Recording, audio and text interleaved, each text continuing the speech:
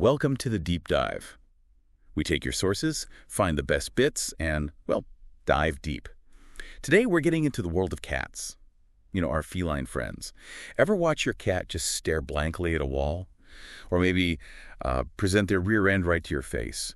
Or do those midnight zoomies? What if all that kind of weird stuff isn't weird at all? What if it's totally normal cat behavior, just packed with hidden meaning? So our mission today is to unpack some of these mysteries. We'll look at their history, how they talk to us, and even, how they secretly make our lives better. We've got a stack of sources ready. Indeed, and we'll cover quite a bit. Stuff like where domestication really started, their unique communication, what they need nutritionally, and common health things to watch for. Think of this deep dive as a shortcut, really. A way to get past just watching your cat to actually maybe understanding them a bit better. Okay, let's jump in. There's that old saying, right? Nobody owns a cat. Is that just like a funny line, or is there some truth there about our relationship? We probably need to go back a bit.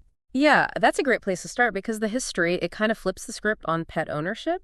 We've got archaeological finds like a cat jawbone from Cyprus, maybe 8,000 years old, and even older, 9,500 years ago, a site where a cat was clearly buried with a human.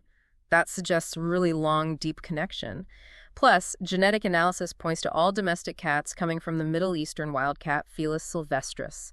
Domestication might have started, get this, up to 12,000 years ago in the Near East. 12,000 years. Okay, wow. That time frame.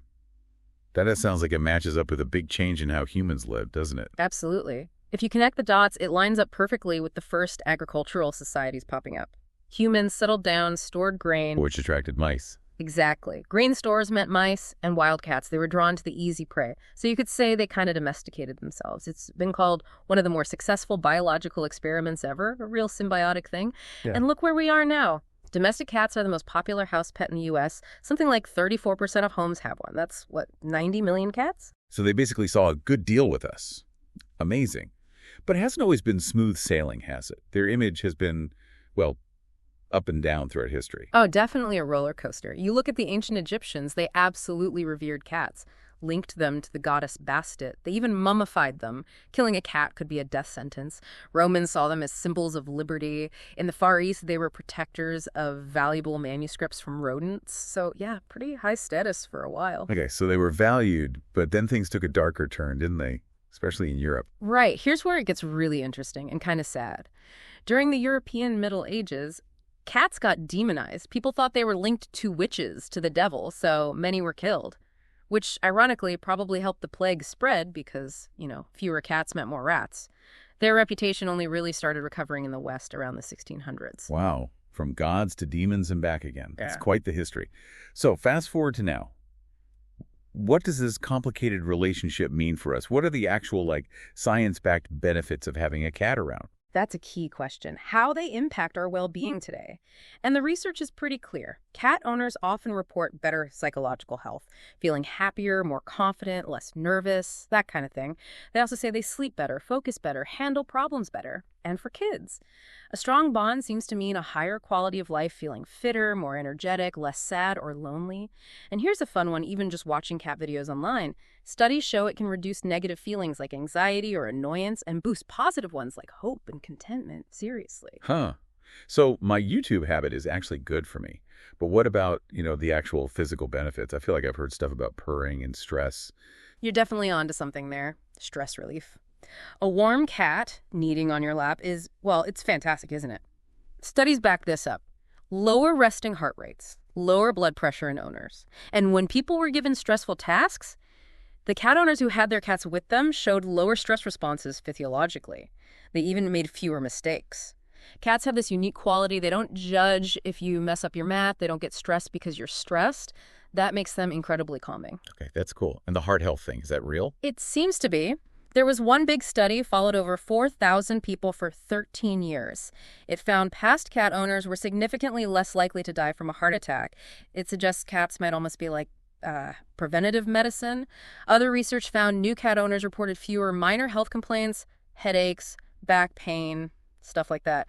Though the benefits seemed linked to maintaining that strong bond, it really is a two-way street. Okay, so they chose us way back when. Their reputation's been all over the place, and now we know they're actually good for us, psychologically and physically. That makes me think about their actual behavior. We get all these benefits, but they still do things that make us just scratch our heads, right? So what are those weird cat behaviors trying to tell us? Let's get into some specifics. Right, let's decode some of those common quirks. Like when your cat rolls over, shows you their belly. It looks cute, sure, but it's a huge signal. It means they feel totally safe and they probably want some attention.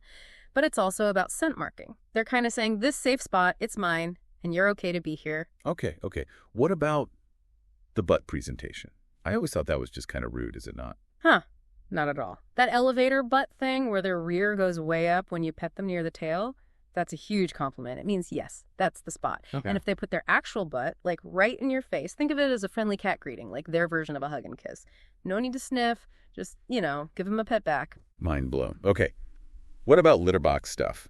Some cover, some don't. Yeah, that varies. Covering poop is pretty standard, hiding their tracks. But some dominant cats might leave it uncovered as a territorial I was here sign.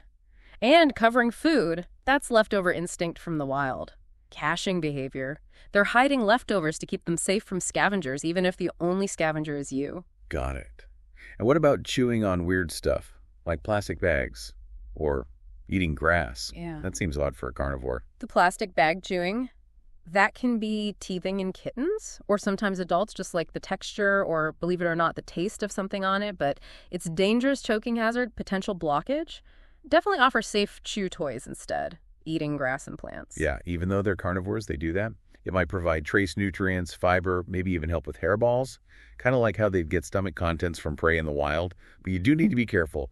Lots of common houseplants are toxic to them. Right. Good point. Okay, what about that weird face they make sometimes? Kind of like a sneer. Ugh, the Fleeman response. That funny grimace. It's not about you at all. They're pulling air, specifically scents from other cats, usually pheromones, over a special duct in the roof of their mouth called the vomeronasal organ. They're basically tasting the smell to get detailed information. You see it more often in male cats checking out female scents or any cat investigating another cat's markings. Fascinating. So it's like super smelling. Okay, what about the nicer stuff? The slow blink. Kneading. Those are lovely signals. The slow blink, the cat kiss, is a huge sign of trust and affection. It means I'm relaxed, I trust you, I'm not a threat, and you can totally do it back to them. Kneading with the front paws, that rhythmic pushing, it's usually left over from kittenhood, from nursing. It means they're feeling happy, content, safe. And bonus, they're depositing scent from glands in their paws, marking you or the blanket as theirs. There's also rear foot treading, which is a bit different. You might see that more around mating behavior, or sometimes just before they pounce when hunting or playing. And when they deliberately interrupt you, like walking on the keyboard when you're trying to work. Oh, yeah. That's often just plain old attention-seeking, maybe a bit of jealousy. They see your focus is elsewhere, the phone, the computer, and they want it back on them. Hey, pet me, play with me. Right. And headbutting. Is that affection too? Absolutely. That's called bunting or aloe rubbing. When they rub their head or cheek against you, they're depositing facial pheromones, marking you as part of their social group, their family. It's a huge sign of affection and ownership. And those little chittering, chattering sounds they make, often when looking out the window at a bird, that's usually excitement, maybe a bit of frustration about the hunt they can't quite get to. It's like they're talking about the prey. Okay, so many signals. What about boxes? Why, the obsession with boxes. And knocking things off tables. The box thing is classic. It taps right into their hunting instincts. A box is a perfect ambush spot, a secure hideout. Plus, cardboard might feel cool or have an interesting texture. Knocking stuff over, yeah, that can be annoying. Often it's boredom. They've learned it gets your attention right. Even negative attention is attention. Sometimes it's just curiosity, testing gravity. Scolding doesn't really work. Better to give them more playtime, interactive toys, puzzle feeders to keep their minds busy. Good tip. And drinking from the faucet instead of their bowl. Sleeping on my warm laptop. Running water often seems fresher, safer to cats than still water in a bowl. Another instinctual thing. A cat water fountain can be a great solution there. And a laptop sleeming. Pure heat-seeking. Laptops get warm, cats love warmth. Simple as that. Maybe offer a nice heated cat bed nearby as an alternative. Okay, makes sense. What about the midnight crazies? When they just suddenly tear around the house? Or licking and then biting? Ah, the zoomies. Often it's just pent-up energy, especially for indoor cats or younger cats. They're natural hunters, built for bursts of activity. They gotta release it somehow. Occasionally, in older cats, sudden bursts could signal something else, like fleas irritating them or even cognitive decline, so keep an eye on context. The licking is affection, grooming, claiming you. That rough tongue is designed for cleaning. The gentle bite that sometimes follows, that can be an overstimulation signal, like, okay, I love you, but that's enough petting right there, or sometimes it's just part of play fighting behavior. And fear, like why are some cats terrified of plastic bags? That can often stem from a single bad experience. Maybe they got tangled in one, or it made a sudden loud noise that startled them badly. You can try to gently desensitize them, associating bags with treats from a distance, but sometimes the fear just sticks. And let's talk about cat farts. Sometimes funny, but can it be a problem? Or wool sucking, right? Flatulence. Occasional gas is normal, but if it's chronic or really foul, it could signal digestive issues, food allergies, maybe parasites, even stress. Worth a vet check if it's persistent. Wool sucking or chewing on fabrics can be a self-soothing thing, sometimes seen in cats weaned too early, kind of like thumb sucking. The worry is that they actually ingest the fibers, which can cause blockages. Redirecting to appropriate chew toys is key. And just staring. Sometimes it feels affectionate, sometimes creepy. Staring can definitely be affectionate. Think of it with those slow blinks, relaxed body, just calm focus on you. But if the stare is fixed, intense, with pinned back ears, maybe a twitching tail, that's different. That signals fear, anxiety, or potential aggression. Best not to stare back in that case. Just give them space. Wow. Okay, that covers so many of those weird things. It's amazing how much is actually communication or instinct. And you mentioned earlier cats mostly meow at us, not really at each other. What does that tell us overall about how they talk to us? It's profound, really. They essentially developed, or at least significantly adapted, meowing specifically to communicate with humans. Kittens meow to their mothers, but adult cats rarely meow at each other. They use body language, scent, hisses, growls for that. The meow is for us, and the context tells you everything. A chirp and a rub when you get home, that's hello, glad you're back. Pacing, looking at the bowl, meowing insistently, pretty clearly feed me. So different meows mean different things. And purring. Yeah. You said it's usually happy, but not always. Exactly. Most of the time, purring means contentment, relaxation. But cats also purr when they're very stressed, scared, or even in pain. It might be a self-soothing mechanism, or some research even suggests the frequency might promote healing. So you have to look at the whole picture body language situation, not just the purr itself. Okay. What about clear warning signs, like hissing? Hissing is unambiguous. Ears back, mouth open, hiss. That's a clear, back off. I feel threatened and I will defend myself. Definitely give a hissing cat space. Don't try to comfort them directly right then. Just remove the perceived threat if possible. And other body language tells us a lot too. Happy, relaxed cats. Often they'll close their eyes partly or fully, lie down stretched out. Exposing the belly is the ultimate I feel totally secure signal. Unhappy or stressed cats, they might hide, obviously. But look for subtle signs too. Tail twitching just at the tip, fur on the tail puffed out, bottle brush, tail held low or tucked under. Those all indicate nervousness, fear, or fragility.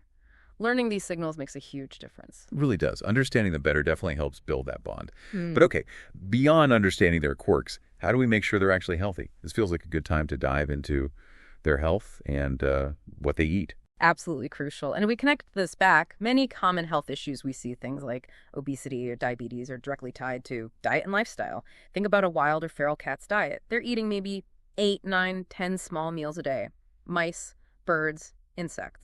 High protein, moderate fat, very low carbs, maybe 52% protein, 46% fat, only 2% carbs from their prey, and they work for short bursts of intense hunting activity. Right, which is pretty different from how many house cats eat, isn't it? Big bowl of dry food left out all day.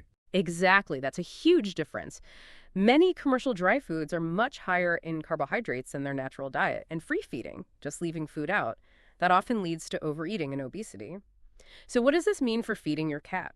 Ideally, you want food that mirrors that natural diet. High protein, moderate to high fat, low carbs.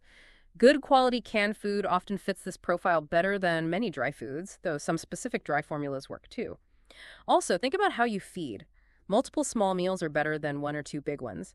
Timed feeders can help manage this, aiming for maybe 6 small meals a day if possible, and make them work for it a little. Put food bowls in different places to encourage movement. Use puzzle feeders or food dispensing toys that engage their hunting instincts. And of course, interactive play with wand toys, laser pointers that helps burn calories and satisfies that hunting drive. Makes sense. Feed them more like the hunters they are. Okay, beyond diet, what are some common health problems we should be aware of? What signs should we look out for? Vomiting is probably one of the most common things owners deal with. It can be caused by so many things: eating too fast, hairballs, eating something they shouldn't have, infections, parasites, kidney disease, lots of possibilities. The main worry with persistent vomiting is dehydration. So if it's happening repeatedly or with other symptoms, definitely call your vet. To reduce risks, regular flea treatment helps prevent tapeworms, which can cause vomiting. Feed high-quality cat-specific food, groom regularly to minimize hairballs, and keep non-food items they might eat out of reach. Okay, vomiting is common. What else is a major concern? Another big one is feline lower urinary tract diseases, or FLUTD. This affects the bladder and urethra. It affects maybe 3% of cats seen by vets, so it's quite common. Risk factors include being overweight, eating only dry food, and stress. Symptoms are things like straining to pee, going frequently but only passing small amounts, blood in the urine, or peeing outside the litter box. And this is really important. If your cat, especially a male cat, cannot urinate at all, it's a life-threatening emergency. You need to get them to a vet immediately. Wow, okay. Emergency. How can we help prevent FLUTD? Prevention involves several things. Always have fresh, clean water available in multiple bowls, maybe a fountain. Talk to your vet about diet. Often canned food is recommended because of the higher moisture content. Feed small, frequent meals. Try to minimize stress in their environment. And keep the litter box clean. Make sure it's large enough and place it in a quiet, accessible spot. Got it. What about external stuff like fleas? They seem inevitable sometimes. Fleas are definitely widespread. Signs are pretty obvious. Scratching, biting, seeing the fleas themselves, or flea dirt, which looks like black pepper in their fur. Untreated, a bad infestation can even cause anemia, especially in kittens. The key is consistent prevention. Regular topical treatments. Flea collars can work too. Keeping your cat indoors helps a lot, and vacuuming your home frequently helps remove eggs and larvae. And fleas can lead to worms, tapeworms. Exactly. Tapeworms are intestinal parasites. They can get surprisingly long, like up to 2 feet. You usually spot them as tiny white segments, looking like grains of rice, around the cat's anus or in their feces. They can cause vomiting or weight loss. Cats get them by swallowing an infected flea, usually during grooming. So flea control is step 1 for tapeworm prevention. Can humans get them? It's rare, but yes, humans can get infected if they accidentally swallow an infected flea. Good hand washing after playing with pets is always important, especially for kids. Regular deworming from your vet, plus flea control and daily litter box cleaning are the best ways to prevent tapeworms. Okay. What about diarrhea? Diarrhea, soft, runny, watery stools is another common issue. Can be caused by sudden diet changes, stress, parasites again, infections, or more serious underlying conditions. Main thing is to make sure they have plenty of fresh water to prevent dehydration. If it doesn't clear up in a day or so, or if you see other signs like vomiting, lethargy, dark, or bloody stools, definitely call the vet. And lastly, eye problems. Yeah, eye issues are fairly common too. Look for things like watery eyes, colored discharge, tear stains on the fur, cloudy appearance to the eye, or if they're squinting a lot or pawing at their eye. Causes range from simple irritation or trauma to viral infections like herpes virus, bacterial infections like conjunctivitis, and other underlying problems. You can gently wipe away discharge with a warm, damp cotton ball, but if it persists, looks painful, or the eye looks cloudy or injured, it needs a vet visit. That's a really helpful overview of common issues. It definitely highlights how important regular vet care is. So how do vets approach this whole picture? What does optimal care look like from their perspective? Well, vets often think in terms of a circle of nutrition, which is a framework that looks at everything together. It considers animal-specific factors: age, breed, activity level, any medical conditions. Then diet-specific factors: is the food safe? Is it nutritionally complete and balanced for the cat's life stage? And finally, feeding management and environmental factors: how often are they fed? How much? Is there stress in the house? Do they get enough enrichment and exercise? You mentioned scores earlier. Body condition score, muscle condition score. How do those fit in? Right. Body condition score, BCS, and muscle condition score, MCS, are really vital tools vets use to assess if a cat is at a healthy weight and has good muscle mass. They use standardized charts, usually a 5-point or 9-point scale. The goal for most cats is usually a BCS of 2.5 to 3 out of 5 or 4 to 5 out of 9. But you can't just look, especially with long-haired cats. You have to actually feel the ribs, spine, and check for a waist.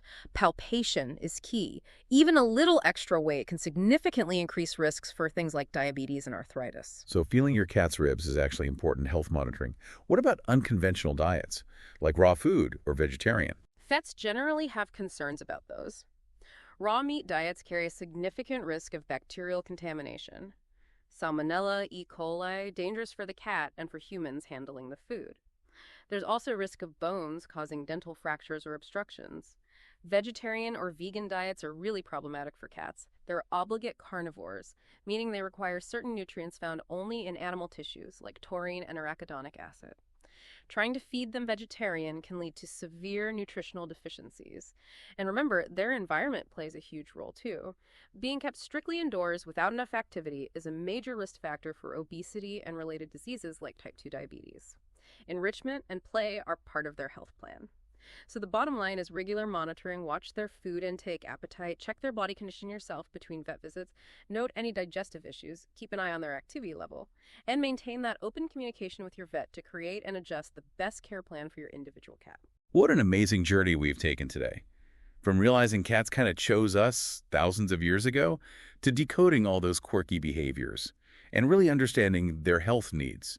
It's clear they're way more complex and communicative than we might think. Absolutely. We've learned why that headbutt is a sign of love, why a slow blink is basically a kiss, and how feeding them more like their wild ancestors along with good vet care can really impact how long and happily they live with us. And the really interesting part for us is how much they give back, right? Reducing our stress, making us feel better, maybe even protecting our hearts. So what does this all mean for you listening and your own cat? Hopefully next time your cat does something, well, cat-like, whether it's rolling over, chattering at a bird, or demanding keyboard time, you'll see it a little differently. Not just weird, but as a glimpse into their world, a piece of communication, turning those moments into real connection. Okay, here's a final thought to chew on. If cats basically domesticated themselves because they saw a benefit with us, and now we're understanding just how much we benefit from them, how is this ancient two-way relationship still changing? What other secrets about companionship might our feline friends teach us in the future?